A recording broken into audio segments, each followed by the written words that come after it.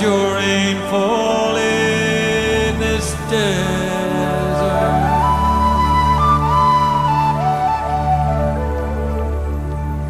Societal transformation at a regional level is unusual, but it is no aberration. As history reveals, it will occur whenever and wherever God's Spirit is given room. Like the high Arctic, Scotland's remote Outer Hebrides echo with tales of the supernatural. And like the far north, this rocky, windswept armada seems an improbable place for God to visit. Yet the heavens have been rent over this ancient land with remarkable regularity.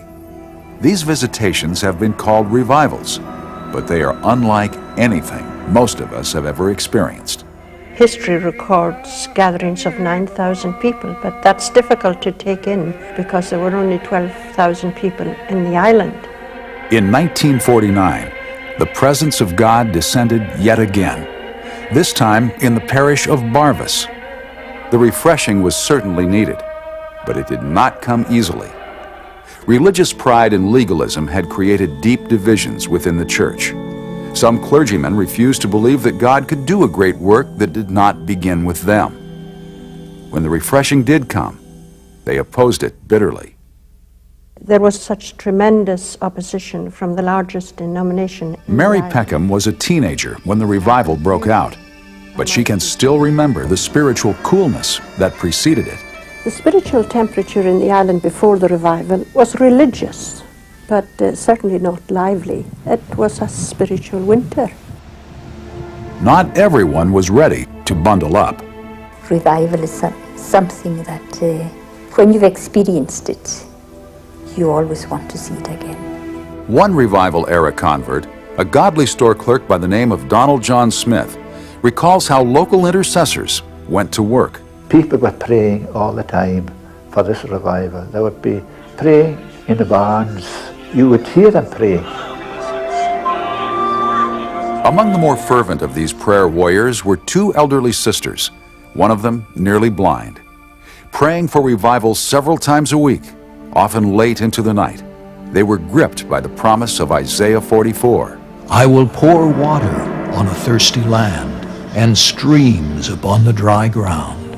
One of them was housebound. She was in bed there. I used to read the Bible with them and pray with them, and you would feel the presence of the Lord. They knew their Lord. Challenged by the faith of these godly women, 7 church leaders gathered in a nearby barn to pray. For months, they pled with God that He might kindle a greater appetite for His presence.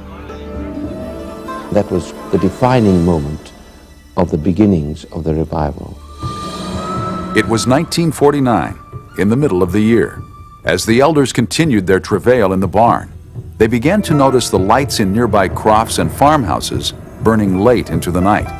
Some never went out at all. The people's hunger for God had overtaken their desire for sleep. The elders realized their prayers had been answered. It was a community at prayer. Their faces would be tear-stained. There was such an expectancy, such a desire. And these prayers were travailing.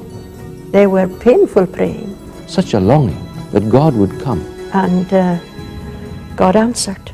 With nothing more to delay Him, Jehovah drew near. Something very significant had happened the previous night.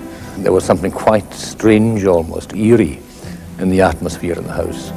We felt this power, and afterwards even the dishes were clattering. It was as if the Lord came down with a mighty wind. The house shook with the power of prayer and the presence of the Lord. And people were afraid because this was a supernatural happening. The Shekinah glory of God descended upon the community, a tangible supernatural light hovering around many of the farmhouses. There was lights coming on houses. The glory of the Lord was just shining around about them. They were all stunned. They couldn't say a word. What could they say? Be still and know that I am God. That's all we said. Around 4 o'clock in the morning, a crowd of several hundred people gathered outside the community police station. Many had traveled from neighboring villages, drawn by an incomprehensible power. walking on the main road, they would be crying out to God to have mercy on them. They were lying down on the road for God to have mercy on them. It was as if we were suddenly in eternity. Eternal issues, eternal things were very, very real to us. A key figure in the unfolding revival was the Reverend Duncan Campbell, a fiery preacher with the United Free Church. He would storm up and down the pulpit, the perspiration would run down his face. Oh, my dear people, listen, the secret of the Lord is with them that fear him. The meeting halls were packed. Just as many unbelievers came, many all over the island they were coming. The church was crowded to capacity. People sat in the windows. Just as many outside. Oh yes, just as many outside. You can make a community crusade conscious, the fiery revivalist would say, but only God can make a community God conscious. You see, the presence of God puts to flight program.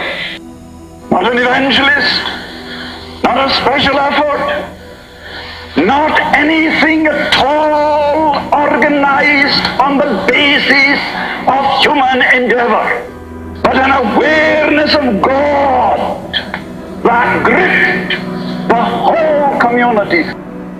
Soon the moving of God's Spirit was felt on other islands, including Harris, Bernera, and Tyree. But it was the revival on North Uist that Jean Blanchard remembers best. The year was 1957. There was an awareness of God's power working throughout the island. People were being saved every night. Lives were being transformed. We could only say, God came down. As news of the revival spread, several reporters showed up on the island around Christmas time. Upon arriving at their hotel, they were promptly escorted into the bar by the local proprietor. Look, he said, all this alcohol is here. He said, the people are not coming. They're going to the meetings. The revival meetings had just spoiled their sales. Similar complaints were heard all over the islands. Lifestyle was changed, all right, there's no doubt about that. The drinking houses of the village, they gradually disappeared one by one with the power of the revival. It affected the whole community. You couldn't be indifferent to what was happening. It was as if there was a canopy of an awareness of God over the whole island. There was a complete transformation. And the people in the world knew it. God had come. That was the answer.